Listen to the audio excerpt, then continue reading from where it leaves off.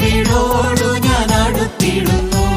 നിമിഷം തോറും ജീവൽ പ്രത്യാശയാൽ, നിമിഷം തോറും ജീവൽ പ്രത്യാശയാൽ, നാളുകൾ കഴിച്ചിടും ഞാൻ ഈ മരുവിൽ, നാളുകൾ കഴിച്ചിടും ഞാൻ ഈ മരുവിൽ.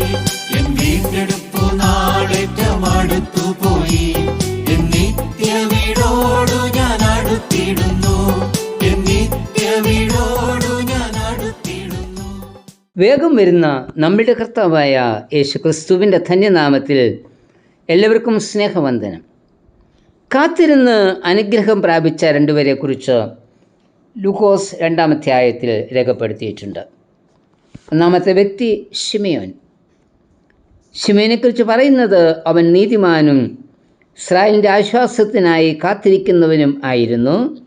പരിശുദ്ധാത്മാവും അവൻ്റെ മേൽ ഉണ്ടായിരുന്നു. ലൂക്കോസ് 2:25. സമാധാനം നഷ്ടപ്പെട്ട് ആശ്വാസത്തിനായി വെമ്പുന്ന ഒരു സമൂഹമായിരുന്നു അന്ന് ഉണ്ടായിരുന്നത്. ഇസ്രായേലിൻ്റെ സമാധാനം മുഴുവൻ ഇല്ലാതായിരുന്ന ഒരു കാലം. മലാക്കി പ്രവാചകൻ്റെ ശുശ്രൂഷയെ തുടർന്ന് പ്രവാചക ശബ്ദമോ ദൈവിക നടത്തിപ്പോ ഇല്ലാതെ ഏതാണ്ട് 400 വർഷമാണ് കടന്നുപോയത്. ആ അവസ്ഥയെക്കുറിച്ച് യെശയ്യാ പ്രവാചകൻ പറയുന്നത് കഷ്ടതയിൽ ഇരുന്ന ദേശം എന്നും ഇരുട്ടിൽ നടന്ന ജനം എന്നും ആണ്. യെശയ്യാവ് 9:1-2 വാക്യങ്ങൾ. ഈ നാളുകളിൽ ഇസ്രായേൽ ദൈവശബ്ദത്തിനായി നിലവിളിച്ചു. തങ്ങളുടെ സ്ഥിതിക്ക് മാറ്റം വരുമെന്ന് അവർ പ്രതീക്ഷിച്ചു. ദീർഘവർഷമാണ് അവർ അതിനായി കാത്തിരുന്നത്. അവരുടെ എല്ലാ ആശ്വാസവും നഷ്ടപ്പെട്ടു. അവർ നിരാശരായി. എന്നാൽ ഈ ഒരു സാഹചര്യത്തിലും നിരാശനാകാതെ ഇസ്രായേലിൻ്റെ ആശ്വാസത്തിനായി കാത്തിരുന്ന വൃദ്ധനായിരുന്നു ശിമയോൻ. ഭൗതിക സാഹചര്യങ്ങൾ ക്രമീകരിക്കപ്പെടുകയും സാമ്പത്തിക വളർച്ച ഉണ്ടാവുകയും ചെയ്താൽ സമാധാനപരമായ ജീവിതം കഴിപ്പാൻ കഴിയുമെന്ന് നാം ചിന്തിക്കുന്നത്. ഭൗതിക നന്മകൾ ഒരിക്കലും സമാധാനം നൽകില്ല എന്ന് അറിയണം. ശിമയോൻ കാത്തിരുന്നത് പോലെ ഒരു കാത്തിരിപ്പാണ് അതിന് വേണ്ടത്. ന്യായപ്രമാണത്തിൻ്റെ ചട്ടങ്ങൾ പാലിക്കുന്നതിനു വേണ്ടി യേശു എന്ന പൈതലിനെ ദേവാലയത്തിൽ കൊണ്ടുവന്നപ്പോൾ ആ പൈതലിൽ ഇസ്രായേലിൻ്റെ ആശ്വാസം ശിമയോൻ കണ്ടു. തുടർന്ന് പൈതലിനെ കൈകളിൽ എടുത്തുകൊണ്ട് ശിമയോൻ പറയുന്നത്, ഇപ്പോൾ നാഥ, തിരുവചനം പോലെ നീ അടിയനെ സമാധാനത്തോടെ വിട്ടയക്കുന്നു. ഇസ്രായേലിൻ്റെ മഹത്വമായി നീ ഒരുക്കിയിരിക്കുന്ന നിൻ്റെ രക്ഷയെ എൻ്റെ കണ്ണ് കണ്ടുവല്ലോ. ലൂക്കോസ് 2:29-31 വരെ. അനേക നാളുകളിലെ കാത്തിരിപ്പിൻ്റെ ഫലമായി ഇസ്രായേലിൻ്റെ രക്ഷയെ ശിമോൻ കണ്ടെത്തി. തുടർന്ന് സമാധാനത്തോടെ ഈ ലോകയാത്ര പൂർത്തീകരിക്കുകയും ചെയ്തു. യേശുവിൽ സമാധാനം കണ്ടെത്തിയ ശിമയോൻ സമാധാനമില്ലാത്ത ഈ ലോകത്തിൽ സമാധാനമായി ജീവിക്കണമെങ്കിൽ യേശുവിനായി കാത്തിരുന്ന് യേശുവിൽ അത് കണ്ടെത്തുവാൻ കഴിയണം. രണ്ടാമത്തെ വ്യക്തി ഹന്ന എന്ന പ്രവാചകിയെ.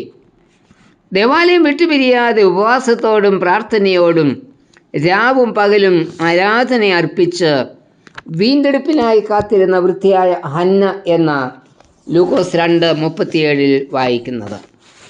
അന്ന് യെരുശലേമിൻ്റെ വീണ്ടെടുപ്പിനായി കാത്തിരുന്ന അനേകരുണ്ടായിരുന്നു. എങ്കിലും അവർക്കാർക്കും യേശുവിൽ തങ്ങളുടെ വീണ്ടെടുപ്പുകാരനെ ദർശിക്കുവാൻ കഴിഞ്ഞില്ല. എന്നാൽ ഹന്നയോ, അവൾ യേശുവിൽ തൻ്റെ വീണ്ടെടുപ്പുകാരനെ കണ്ടെത്തി. അവൾ ദൈവത്തെ സ്തുതിച്ചു. തുടർന്ന് കാത്തിരുന്നവരോട് വീണ്ടെടുപ്പുകാരനെക്കുറിച്ച് പ്രസ്താവിച്ചു. 2-ാം അധ്യായം 38-ാമത്തെ വാക്യം. യേശു മാത്രമാണ് നമ്മുടെ വീണ്ടെടുപ്പുകാരൻ. പാപം മൂലം അന്യപ്പെട്ടുപോയ നമ്മെ വീണ്ടെടുക്കുവാനാണ് അവൻ കാൽവറിയിൽ രക്തം ചിന്തിയത്. നമ്മെ വീണ്ടെടുത്തത് പൊന്ന് വെള്ളി മുതലായ അഴിഞ്ഞു പോകുന്ന വസ്തുക്കളെ കൊണ്ടല്ല, ക്രിസ്തു എന്ന നിർദോഷവും നിഷ്കളങ്കവുമായ കുഞ്ഞാടിൻ്റെ രക്തത്താൽ ആണ്. 1 പത്രോസ് 1:18-19 വാക്യങ്ങൾ. ഈ വീണ്ടെടുപ്പുകാരനെ കണ്ടെത്തണമെങ്കിൽ എല്ലാ പാപങ്ങളും ഏറ്റുപറഞ്ഞ് അവനായി കാത്തിരിക്കുവാൻ തയ്യാറാകണം. വിശ്വാസ സമൂഹത്തിന് ഒരു കാത്തിരിപ്പ് ഉണ്ട് എന്ന് ഫിലിപ്പ് ലേഖനം 3-ാം അധ്യായം 20-ാമത്തെ വാക്യത്തിൽ വായിക്കുന്നുണ്ട്. നമ്മുടെ പൗരത്വം സ്വർഗത്തിലാകുന്നു. സ്വർഗത്തിൽ നിന്ന് കർത്താവായ യേശു ക്രിസ്തു രക്ഷിതാവായി വരും എന്ന് നാം കാത്തിരിക്കുന്നു. അതായത് കർത്താവിൻ്റെ പുനരാഗമനത്തിനായി നാം കാത്തിരിക്കുന്നു എന്ന ഇവിടെ പറയുന്നത്. അതിനായി നാം കാത്തിരിക്കണം. നനയ്ക്കാത്ത നാഴികയിൽ മനുഷ്യപുത്രൻ വരുന്നത് കൊണ്ട് ഒരുങ്ങിയിരിക്കുക എന്ന കർത്താവ് പറഞ്ഞത് മത്തായി 24:44. നാം നനയ്ക്കാത്ത നാഴികയിൽ ആയിരിക്കും കർത്താവിൻ്റെ പുനരാഗമനം സംഭവിക്കുന്നത്. യജമാനൻ സന്ധ്യയ്ക്കോ അർദ്ധരാത്രിക്കോ കോഴി കൂകുന്ന സമയത്തോ രാവിലെയോ എപ്പോൾ വേണമെങ്കിലും വരാം.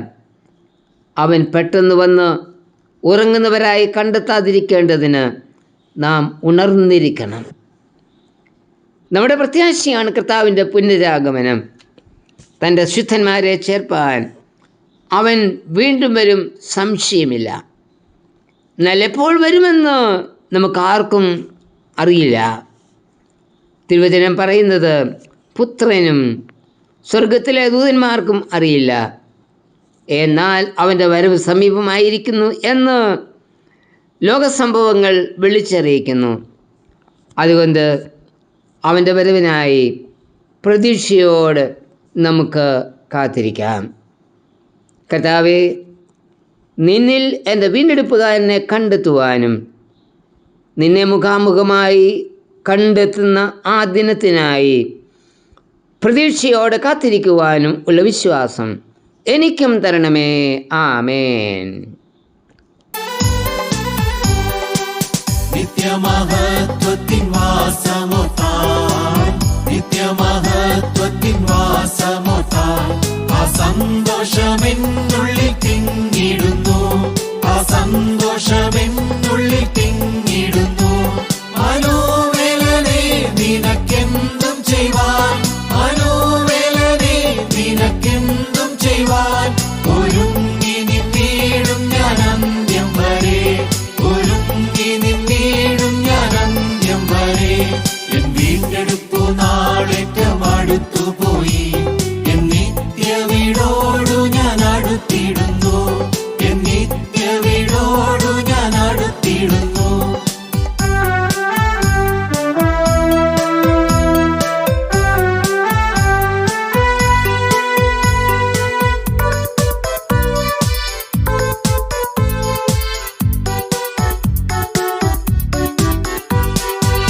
ഈ ലോകസ്ഥാനങ്ങൾ നശ്വരമാ, ഈ ലോകസ്ഥാനങ്ങൾ നശ്വരമാ. എന്നെണ്ണി ഞാൻ മുൻപോട്ടു യാത്ര ചെയ്യും, എന്നെണ്ണി ഞാൻ മുൻപോട്ടു യാത്ര ചെയ്യും. ഒടുവിൽ ഞാൻ പ്രിയന്റെ കൂടെ വാഴും, ഒടുവിൽ ഞാൻ പ്രിയന്റെ കൂടെ വാഴും. പാട്ടിപ്പുകട്ടിടുന്ന പുതുഗാനങ്ങൾ, പാട്ടിപ്പുകട്ടി